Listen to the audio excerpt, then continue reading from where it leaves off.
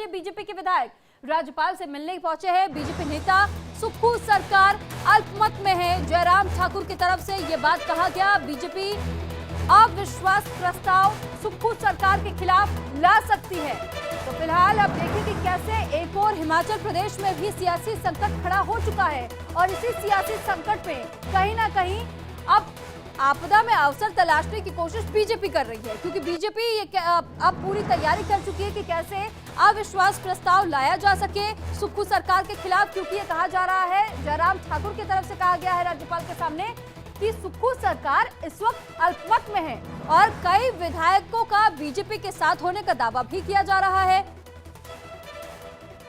और इस बीच जयराम ठाकुर क्या कुछ कह रहे हैं आपको सुनवा देते हैं।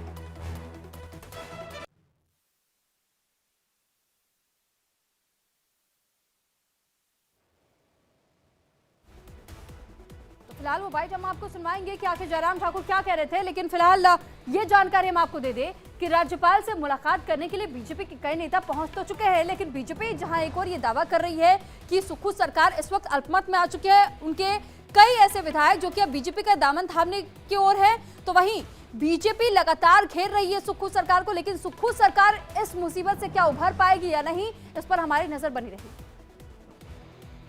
जो घटनाक्रम घटित हुआ है हिमाचल प्रदेश में अभी ताज़ा राजनीतिक दृष्टि से, उस पर सारी चीज़ों पर यह कहा जा सकता है कि सरकार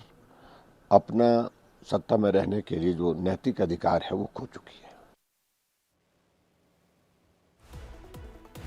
तो फिलहाल बड़ी खबर इस वक्त आपको बता रहे हैं कि हिमाचल की सियासत में इस वक्त किस तरीके से उबाल देखने को मिल रहा है, क्योंकि सियासी संकट हिमाचल में पूरी तरीके से मंडरा रहा है। एक और जहां बीजेपी अविश्वास प्रस्ताव लाने की फिराक में, तो वहीं सुक्खू सरकार की तरफ से भी लगातार कोशिशें की जा रही है कि कैसे इस संकट से उभरा जा सके। और खबरों में आगे बढ़ते हुए ये भी जानकारी आपको दे दें कि शिमला में कांग्रेस विधायकों की बैठक होने जा रही है, जिसमें कि डी